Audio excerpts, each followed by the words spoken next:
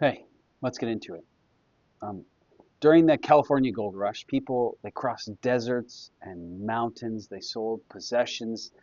They left families. They risked their entire lives for the possibility of finding treasure. Towns appeared almost overnight because you'll believe that something immeasurably valuable was hidden beneath the surface. And when people believe that something truly valuable is there, they pursue it differently. Um, People reorganize their lives around the hope, the prospect of that treasure. That's the image that Proverbs wants to give us here in Proverbs 2, 3 to 5. Yes, if you call out for insight and raise your voice for understanding, if you seek it like silver and search for it as hidden treasures, then you will understand the fear of the Lord and find the knowledge of God. Notice how these verses are, they call out to raise your voice, to seek, to search. Wisdom isn't presented here as accidental. Wisdom requires a pursuit. Proverbs compares that pursuit to treasure hunting. Not mild curiosity, not a hobby, not occasional interest, but like intentional effort. And that matters because we naturally drift towards the path of least resistance, towards convenience. We want quick answers. We want fast clarity. We want instant spiritual maturity, but uh, wisdom just, it doesn't develop like that.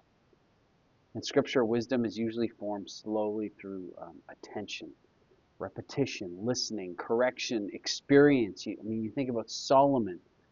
God gave him wisdom, yeah, but Proverbs repeatedly calls people to actively pursue it, to chase after it, to dig it up, because wisdom isn't just information that's downloaded into our minds. It's learning to see life through God's perspective.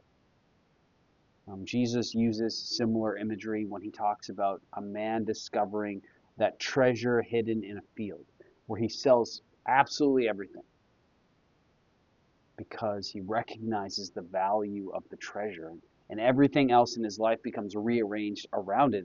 And that's what Proverbs here is inviting us to. And notice the pursuit where it leads, the knowledge of God, not merely a better decision making process, but relationship, being aligned, our lives, our souls with God.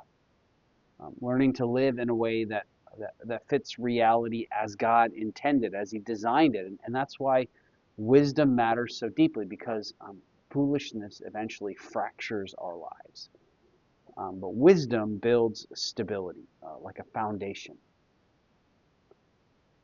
It's not always perfection. It's certainly not ease, but it's a direction. Over time, the people who grow in wisdom are rarely the people looking for shortcuts. They're the people who consistently return to God's voice again and again, like miners continuing to dig because they believe that something valuable is there beneath the surface. So, what are you actively pursuing right now? What gets your best attention, your focus, your energy? If someone watched your life for a week, what would they conclude that you believe is the most valuable? And what would it look like this week to pursue wisdom with more intentionality? Maybe setting aside some of those distractions, maybe slowing down long enough to actually like reflect on Scripture, maybe asking God for insight before reacting really quickly, because over time, what we treasure most shapes who we become. The wisdom, that knowledge, the fear of the Lord is that treasure that calls us to pursue it radically. And as we do over time, not instantly, it transforms us and builds that foundation for our lives. Wherever you find yourself, God goes with you today.